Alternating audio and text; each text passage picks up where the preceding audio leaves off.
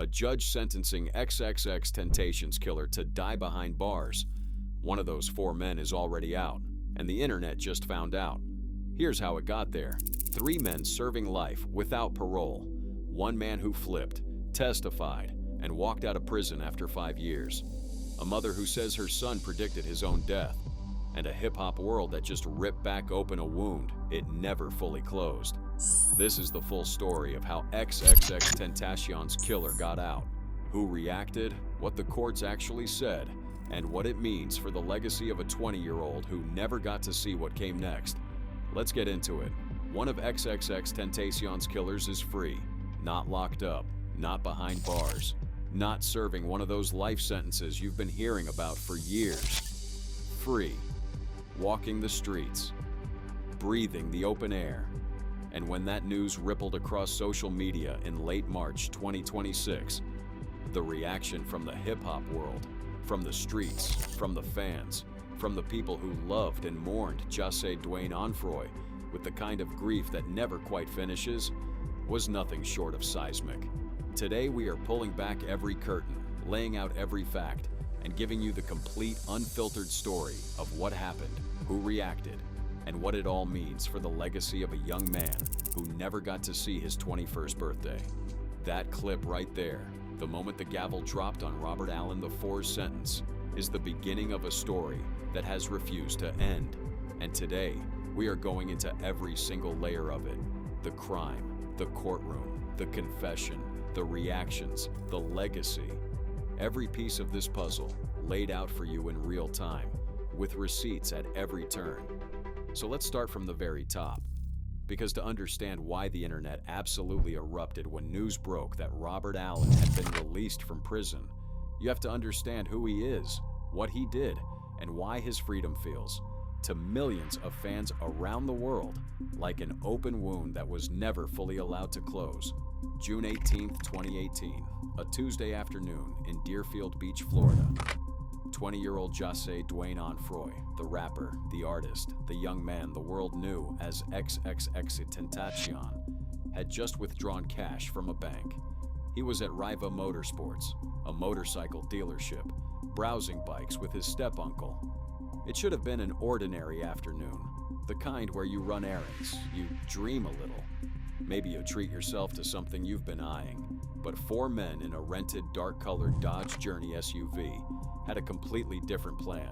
A plan that had been forming since the day before, when they sat together and decided that someone needed to be robbed, and that someone, purely by circumstance and recognition, turned out to be one of the most beloved young artists on the planet.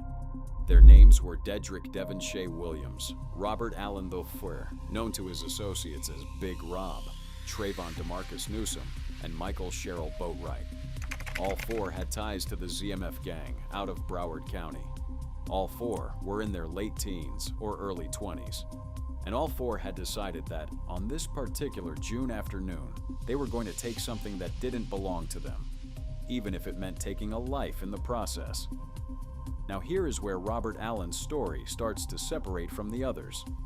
And this separation is the very thing the internet cannot get past. The very thing that has torn comment sections in half and sent fans into a frenzy every single time the subject comes back up. Because while Boatwright was the man who pulled the trigger, while Williams was the one who recognized X from a prior probation office encounter and first suggested the robbery, while Newsom was one of the 2 armed men who approached the car, Robert Allen was the one who, when everything came crashing down, made a choice. He chose to cooperate. He chose to testify. He chose, in the unsparing language of the streets, to snitch. That clip right there is Allen on the stand in open court, laying out the entire scheme with a level of detail that prosecutors described as indispensable to their case. He named names. He described roles. He told the court who drove, who bought the masks, who carried which firearm, and who pulled the trigger when Boatwright put a short-barreled rifle to XXXTentacion's neck and chest and fired. That testimony, that cooperation, is what earned Robert Allen his deal. In August 2022, Allen pleaded guilty to second-degree murder and armed robbery, a dramatically lesser charge than the first-degree premeditated murder that the other 3 would eventually face at trial. And in exchange for that guilty plea, he agreed to testify against his co-defendants, to sit in that courtroom and look them in the eyes while he told the world exactly what they did and exactly how they did it. On March 20th, 2023, Boatwright, Newsom, and Williams were all convicted up for first-degree murder and armed robbery. The trial lasted 4 weeks. The evidence was overwhelming: surveillance footage, cell phone data, texts, and videos of the perpetrators literally flashing the stolen cash on camera afterward. But Allen's testimony put it all together in a way that no amount of footage alone could have fully accomplished. D.L. Hughley, a man who has never been afraid to speak plainly about the realities of street life and consequence, broke it down with the kind of clarity that cuts straight through the noise. And when you hear what he says next, it really does hit different, because the math of this situation is as devastating as it is simple. Let that sink in for a moment. They stole approximately $50,000 in total, a Louis Vuitton bag packed with cash, from a young man who had just been to the bank. After you split that 4 ways, each of the main 3 walked away with roughly $15,000. Life in prison, no parole, for $15,000. $15,000. That's the cost of a used car. That's a semester of community college. That's what they decided a human life, a 20-year-old's entire future, was worth. And Hughley wasn't finished, because he understood something deeper than just the staggering arithmetic of the situation. He understood what it means to make a decision of that magnitude when your world is so small that $15,000 looks like retirement. When your horizon only extends as far as your block. When nobody has ever shown you that there is a bigger world waiting on the other side of restraint and patience. That perspective, uncomfortable as it may be to hold, is part of what makes this story not just a crime story, but a tragedy on every conceivable level. But here's the thing. As emotionally complex as all of that is, the part that sent the internet into absolute frenzy wasn't the life sentences for the 3. People could process that. People could understand that justice, at least in that regard, was served. What people could not process, what had fans screaming into comment sections and flooding platforms with raw, uncontained rage, was the news that Robert Allen walked out of a Florida prison on October 26, 2023, after roughly 5 years, for his role in a murder that robbed the world of one of its most electrifying young artists. And then, when outlets like XXL, The Source, and Hot New Hip Hop recirculated the story in late March 2026, the wound ripped open all over again.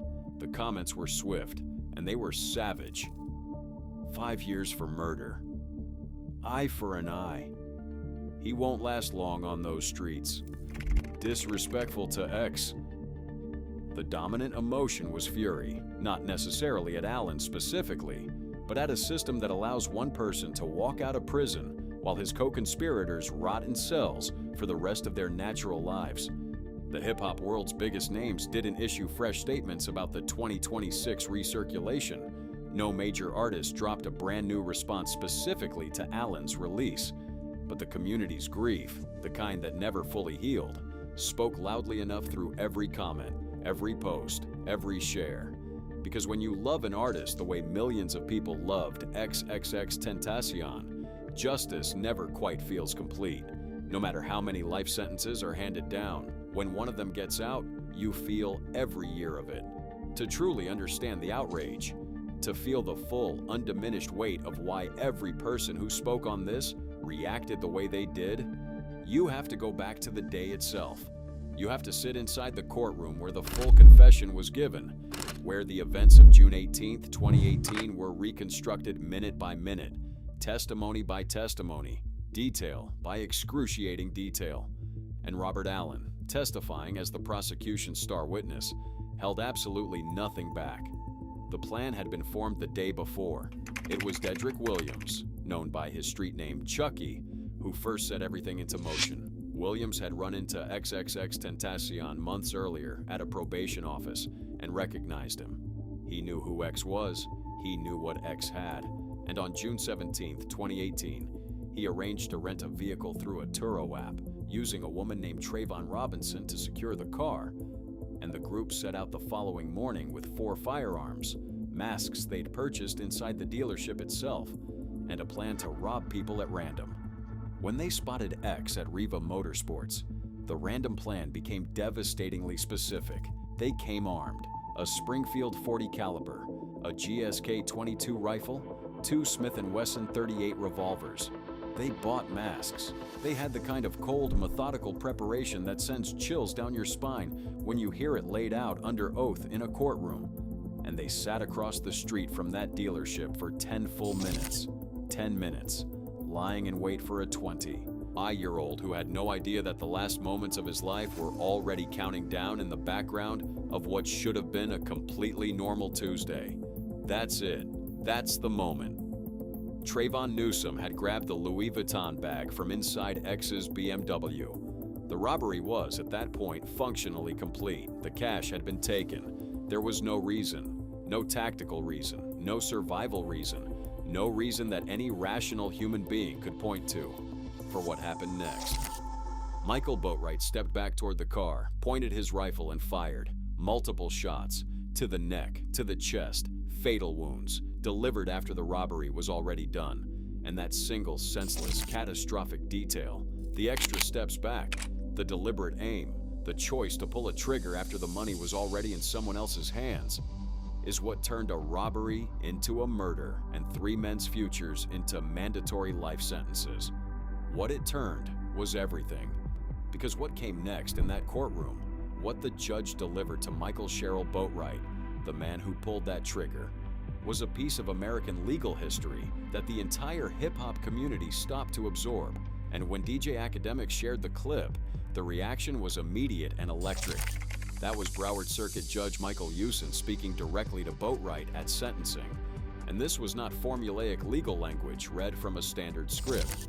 This was a human being sitting behind that bench, looking at a young man who had thrown away not just his own life, but the lives of everyone connected to that parking lot, and telling him in no uncertain terms exactly what that decision meant.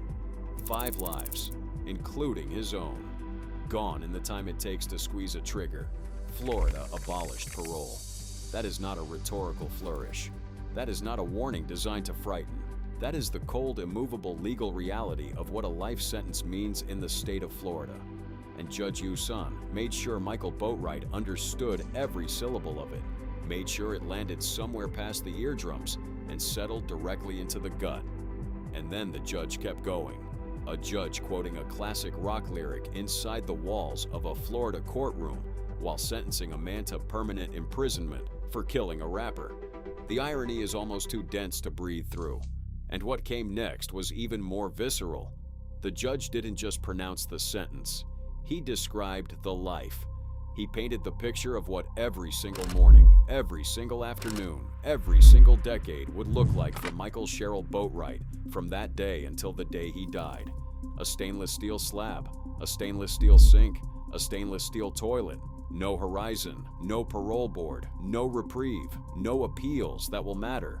Just the slow, inexorable passage of time inside a box, until the morning they open the door and find that the sentence has finally been served.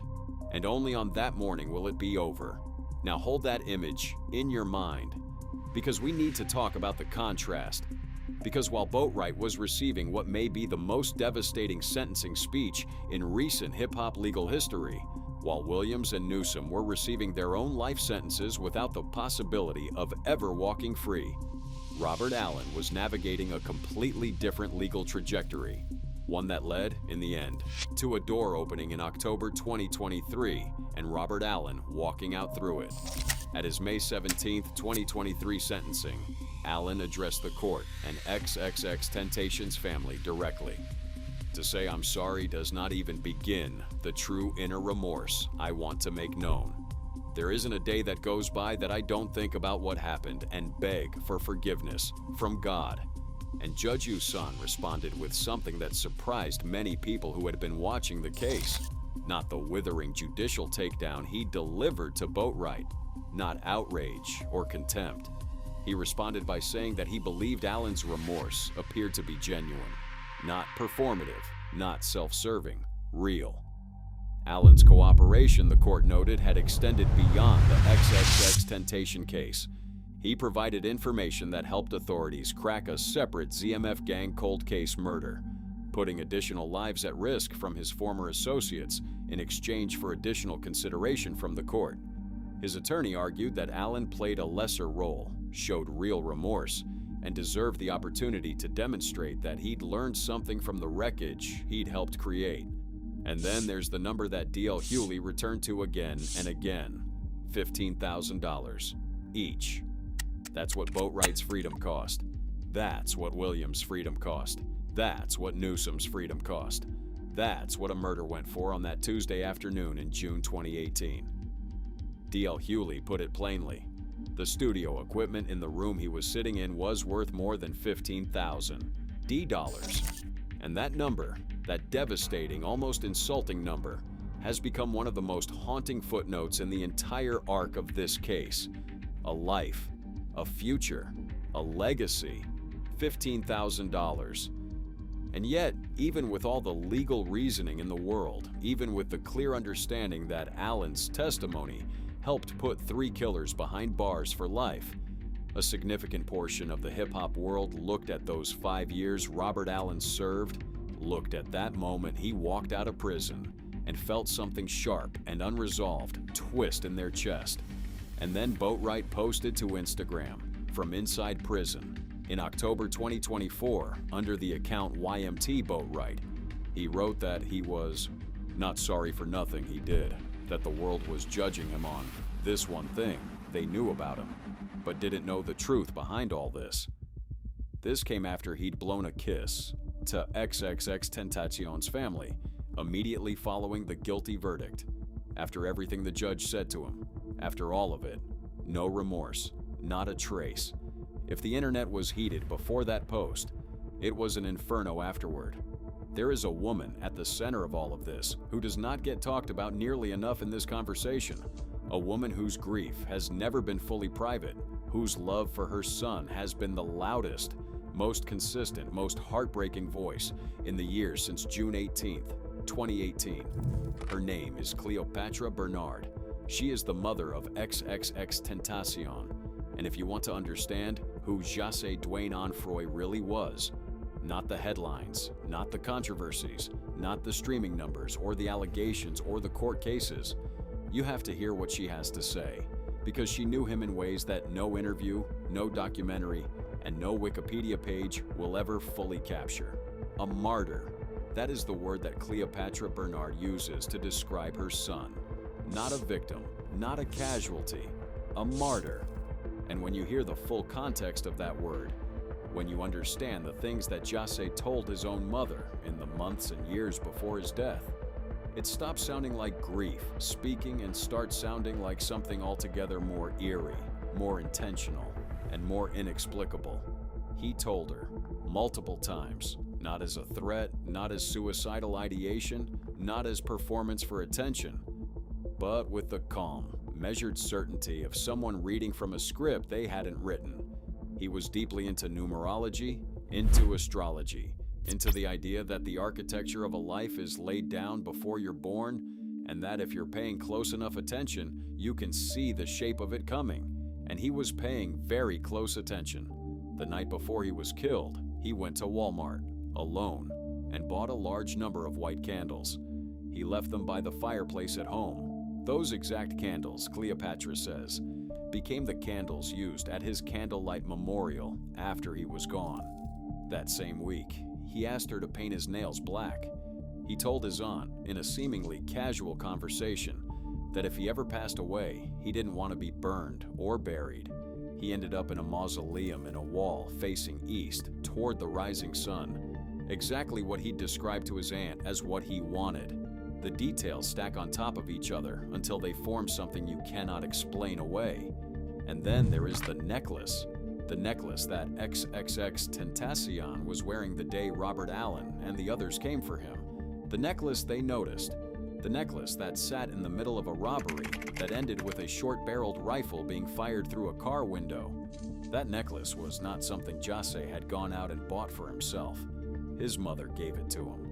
Because despite all the fame, despite the millions upon millions of streams, despite the sold-out pop-up concerts where police had to form a motorcade escort just to get him safely out of a parking lot.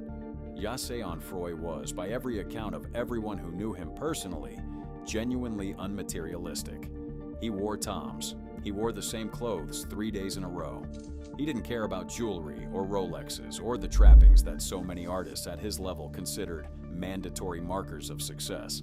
His mother gave him that necklace because she wanted her son to have something nice, because she wanted the young man who had worked so hard, who had pulled millions of kids through their darkest moments with the rawness of his music, to feel for just a moment like the superstar he already was. And 4 men who wanted the value of that necklace more than they respected the life wearing it, took him from her. 100%, no qualifier, no hedge, no maybe or probably. Cleopatra Bernard looks at what her son had already built in 20 years of living, a debut album that hit number 2 on the Billboard 200, a follow-up that debuted at number 1, a diamond single, a fan base that spans every continent and every demographic. And she says flatly that he would have surpassed the greatest names in this genre's history. And when you look at the arc of his career, the evolution that even she describes in detail, from the chaotic, fighting teenager to the 20-year-old who was standing on stages and pointing his spotlight directly at the crowd rather than at himself, it is not a claim that falls apart under scrutiny. At his concerts in the final months of his life, he wasn't performing ego. He was performing belief. Belief in the people standing in front of him, the ones who had given him their love and their streams and their tears at 2 in the morning when they had nowhere else to turn. He called them superstars. He called them gods. He pointed the spotlight off himself and shined it onto them. And that shift, documented, witnessed, confirmed by everyone around him, was real. It was not a PR move. It was not image management. It was a young man who had started to understand the size of what he'd been given and was trying to figure out what to do with it. And then it was cut short. The reactions that came in when the hip-hop world first learned X was gone in 2018 were immediate, and they were overwhelming. Kanye West posted a tribute that read, "Rest in peace. I never told you how much you inspired me when you were here. Thank you for existing." J. Cole described it as the loss of enormous talent and limitless potential and a strong desire to be a better person. Diplo called him a genius, a true artist who made his own rules, and revealed that X had been texting him about finishing an album together just days before his death. Travis Barker called him one of the most talented of our time.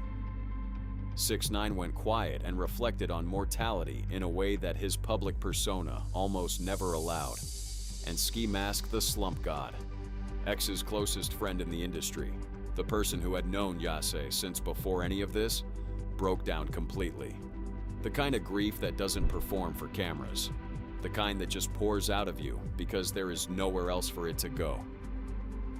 8 years later, when Robert Allen walked out of that Florida prison, all of that grief resurfaced and found its footing again. Because grief has a perfect memory. It knows exactly where to find you and exactly what shape to take when it arrives. The legal reality of this situation deserves to be acknowledged plainly and honestly.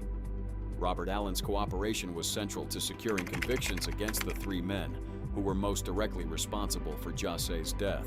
Without his testimony, the case, despite the surveillance footage and the cell phone data, was meaningfully harder for prosecutors to deliver to a jury in the form it needed to take. His decision to flip helped make sure that Boatwright received 2 consecutive life sentences. It helped make sure that Williams, the man who recognized X and set the entire catastrophe into motion, would never see the outside of a prison again. It helped make sure that Newsom, who grabbed that bag and ran while his partner fired, would grow old and die in a Florida correctional institution. That is not nothing. That is real. And yet, he is out. He is on 20 years of supervised probation, yes, reporting regularly to a probation officer, restricted in his movements and associations, unable to simply slip back into the world as though nothing happened. But he is out. He goes to sleep in a bed that is not a stainless steel slab. He uses a bathroom with a door that closes. He breathes air that is not recycled through prison vents. And as of early April 2026, Robert Allen has kept an exceptionally low profile. No interviews, no public appearances, no statements beyond what he said in that courtroom in May 2023. The source's social reactions piece laid it out clearly. The online response was a tidal wave of fury, disbelief, and the kind of raw, unresolvable grief that just refuses to close. Some people accepted the mechanics, the necessity of cooperation, the logic of a system that needs informants to secure convictions in multi-defendant murders. But most people, when they saw that headline, when they read those words and understood what they meant, felt the same thing they felt on June 18th, 2018. That sick, hollow drop in the stomach that comes when something is taken from you, and you realize there is no form the universe can take that will ever give it fully back.